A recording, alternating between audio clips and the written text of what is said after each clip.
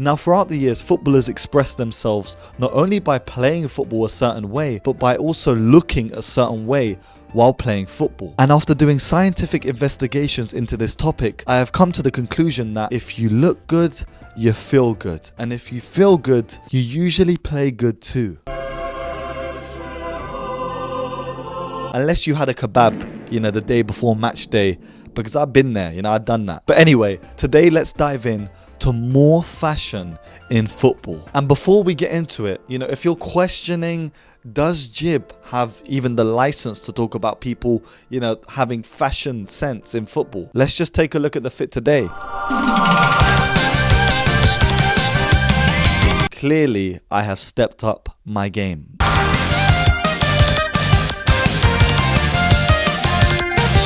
Now back in April 2022, former Newcastle winger Alan St-Maximin was given 2 charges by the FA for wearing a certain headband in 2 Premier League games, which kinda made him look like some form of Ninja Turtle while breaking defenders' ankles. That's gotta be racist, there's no way. And it was definitely not the first instance that Alan St-Maximin had pulled something like this off. Early in his career at Newcastle, he brought along the Gucci headband that he used to wear for Nice in Ligue 1, playing a game against Man United with the headband on with a sticker just over the logo. Headbands have always just looked incredibly cool to me. And I bet some of you don't even know this, but young Cristiano Ronaldo used to wear a headband too. Young Cristiano Ronaldo was even rocking like a half cornrow, half headband sort of vibe. Like Ronaldo had a lot of early pioneer moments when it comes to fashion on the pitch.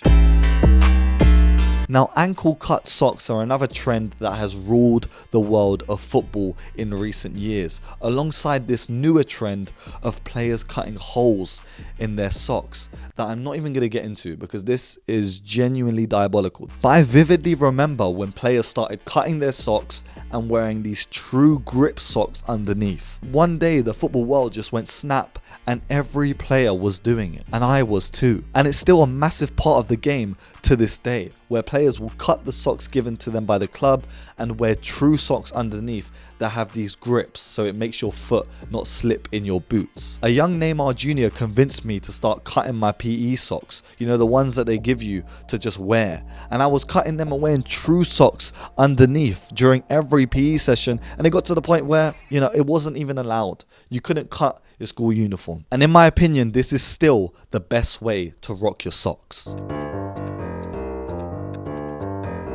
Now, wrist tape has also been a massive enigma when it comes to world football, with some claiming that it's used to just stabilize the wrists so players can brace themselves when falling and not get injured in that area. But for me, it's just fashion, players were just wearing it for vibes. I don't think it provides that much stability for a player to wrap it on their wrist every game.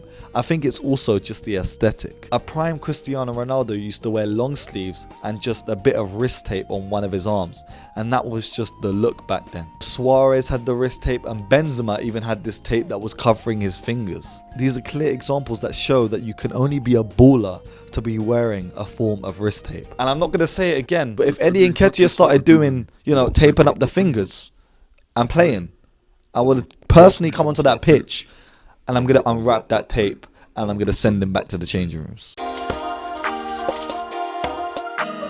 But players have not only used wrist tape to their advantage, one-arm long sleeves are an actual thing. Yeah, they are an actual thing that the comments told me about. Pogba went through an era of just wearing one under sleeve. And for me, the only thing that I'm associating this with is like NBA 2K, with the player customization. Are you going to shoot a free throw with that arm? But I did some digging, and there have been occasions where players have wore one long sleeve and one short sleeve, mainly for their national sides, to not interfere with the colours on the pitch and them representing their country. Most of the time it's used to cover up tattoos. But these aren't the only things that players have had to cover. Sometimes they have to cover their faces. And not because they are as ugly as me. It's because they get injured. Sometimes they get like facial injuries, so they give them a mask. Players are usually given a carbon mask when they return from a facial injury, which allows them to play while the injury is still healing. And 2 players that I can think of off the top of the head are Son Heung-min and Victor Osimhen. Now Son actually led Korea in the 2022 World Cup while wearing this carbon mask because he had I think it was a fracture to his eye socket, and he was looking cold and carrying his team. And an even more recent example of this is Victor Osimhen, when he had this mask and actually scored 14 goals in the 18 that he wore the mask in. Now, high socks are one that I cannot believe I forgot. It's something that I actually used to do myself. High socks are an indication that a player has pace. When a player has their socks rolled above their knees, you know that you're about to get burned for pace in this game. The likes of Thierry Henry kind of pioneered this, but of course there's been many other players in history that were probably before my time. Kylian Mbappe is another one, and even Kairo Mitoma is one that I'm seeing in the Premier League that does this too. But there's many players that do this, and I don't know what it does really. I just feel like it's a thing that players do because they're rapid. I don't really see defenders pulling their socks up all the way to their thigh. Centre backs, imagine if I saw Van Dijk pulling his socks up to his knees. It would just look weird.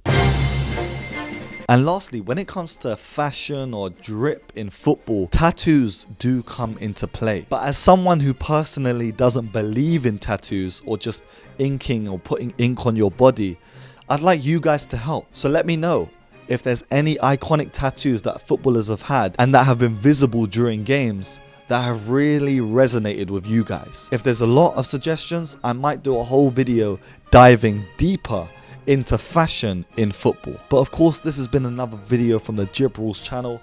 If you enjoyed it, please leave a like, comment, subscribe, and of course, stay safe, stay blessed, and peace. And what we rating the outfit? I'd say a solid 5,000 if I'm being honest, genuinely.